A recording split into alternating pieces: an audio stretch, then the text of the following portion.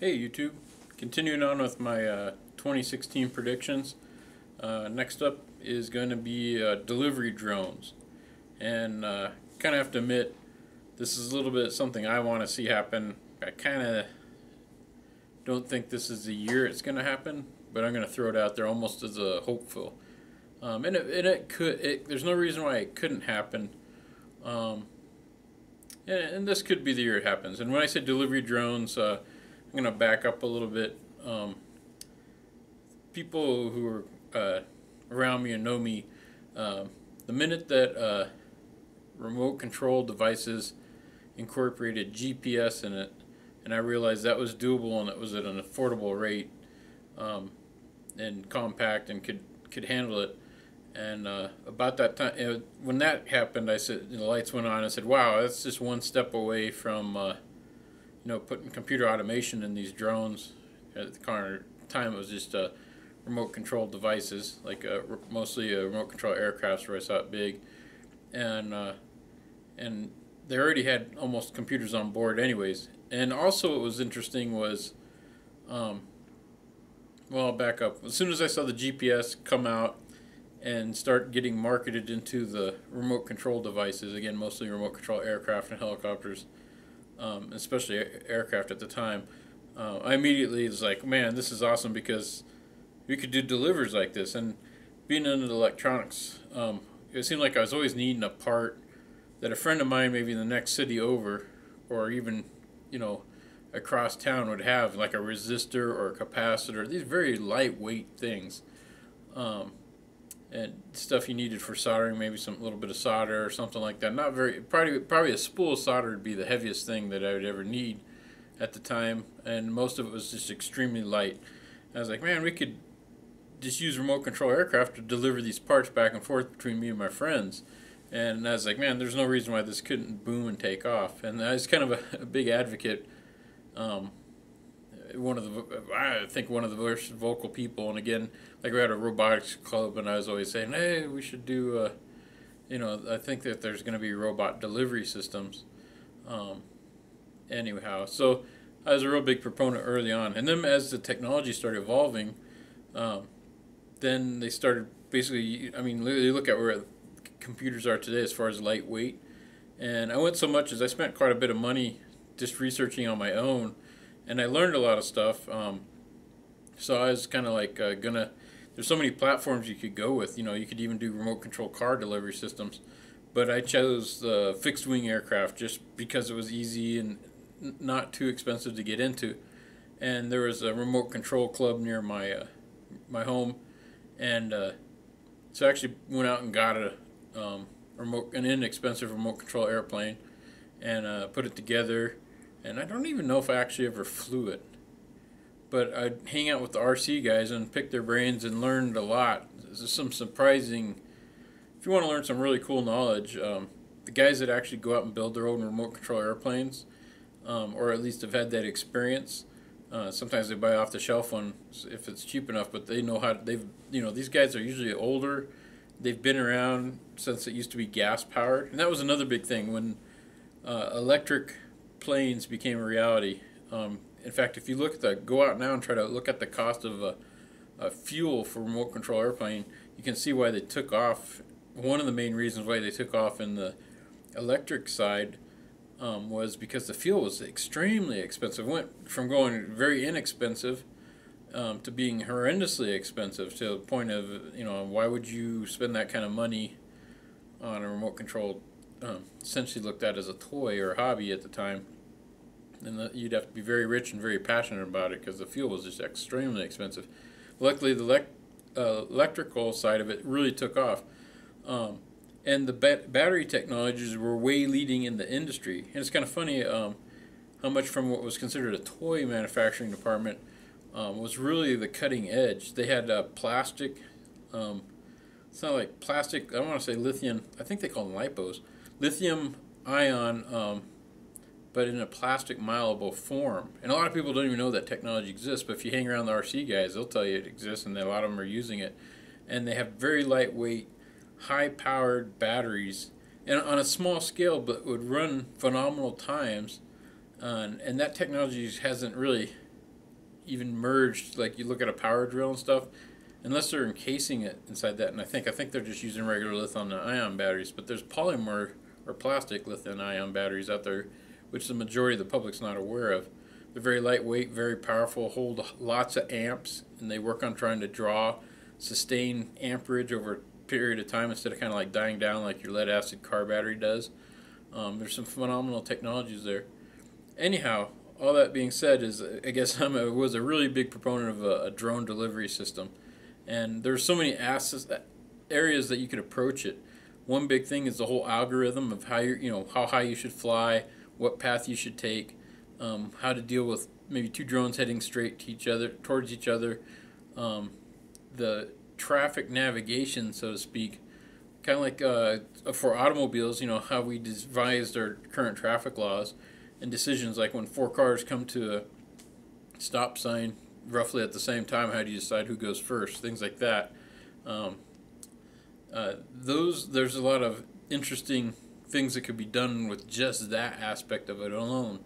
And for me, the hardest part of it was not actually the delivery of it, because basically they have computers that have waypoints in it. What happens is you could say, okay, I'm here, GPS, I'm here, and I want to go to these spots, and you usually could just use GPS coordinates, which was really awesome for drone technology, because in the GPS, you not only have the north and south, east and west coordinates.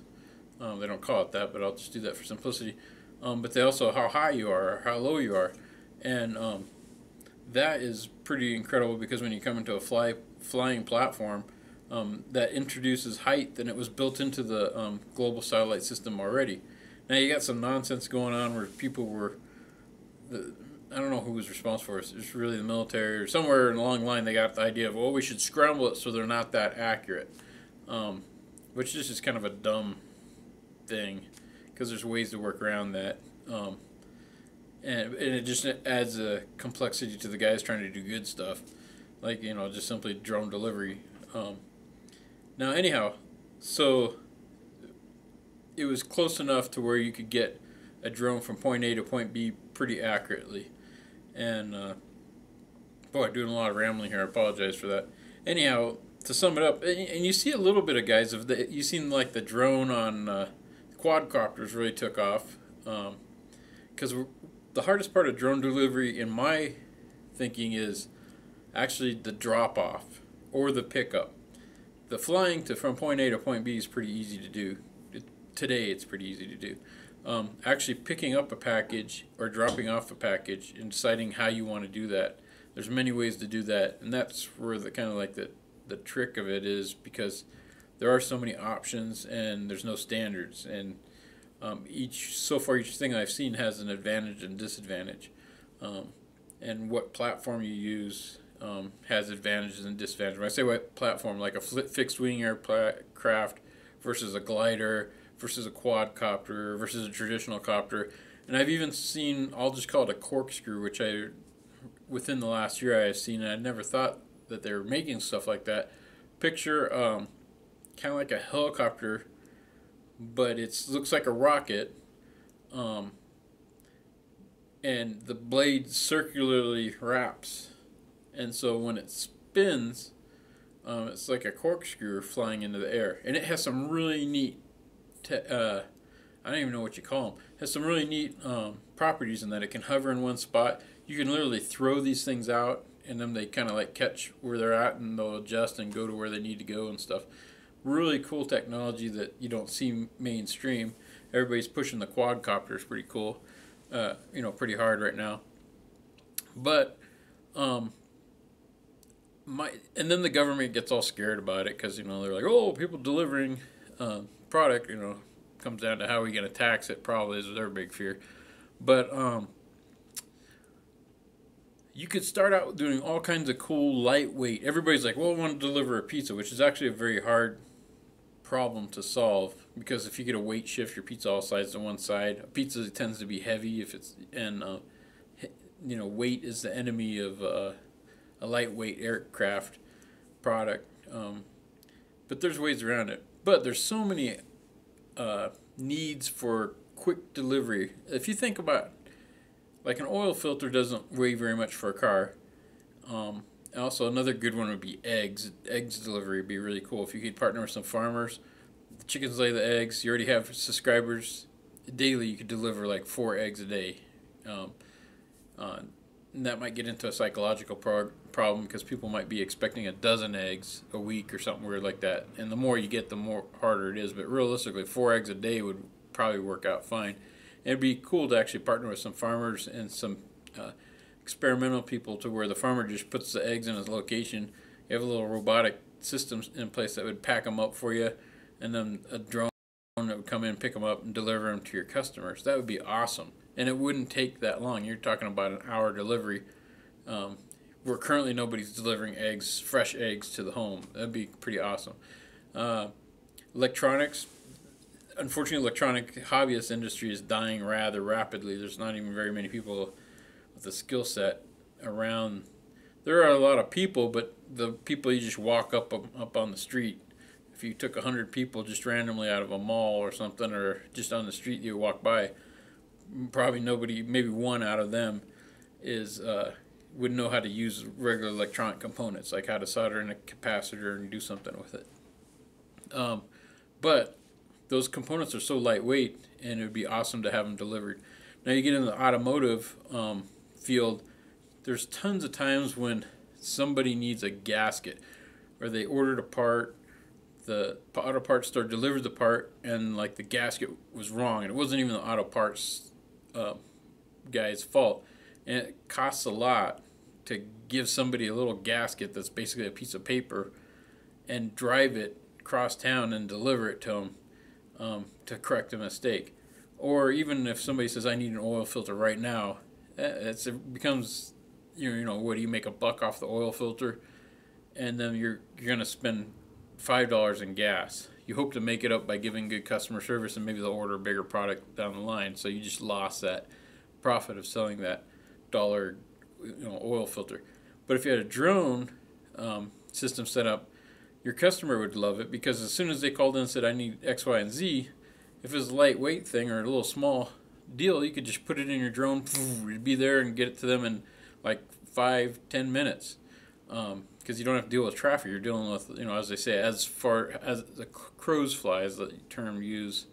A lot of times, you're going over all the traffic, and you're taking a direct path for the most part to your customer. And so there's all kinds of huge benefits that could be taken from, and there's lots of interesting fields that could you imagine delivering prescription drugs? You run out of prescription, instead of going to Walmart and waiting in line for an hour while they fill it. It would be cool to just have the prescription sent to Walmart, and Walmart dispatch a drone to your house to drop off drugs. Now it gets into all kinds of legal problems, but I mean, if it could be figured out, that'd be a huge industry right there. And there's so many home delivery things could take off. Even the way we deliver mail is kind of ridiculous. It's getting worse and worse. And the length of time just to deliver a common letter across the street oftentimes gets ridiculously confusing.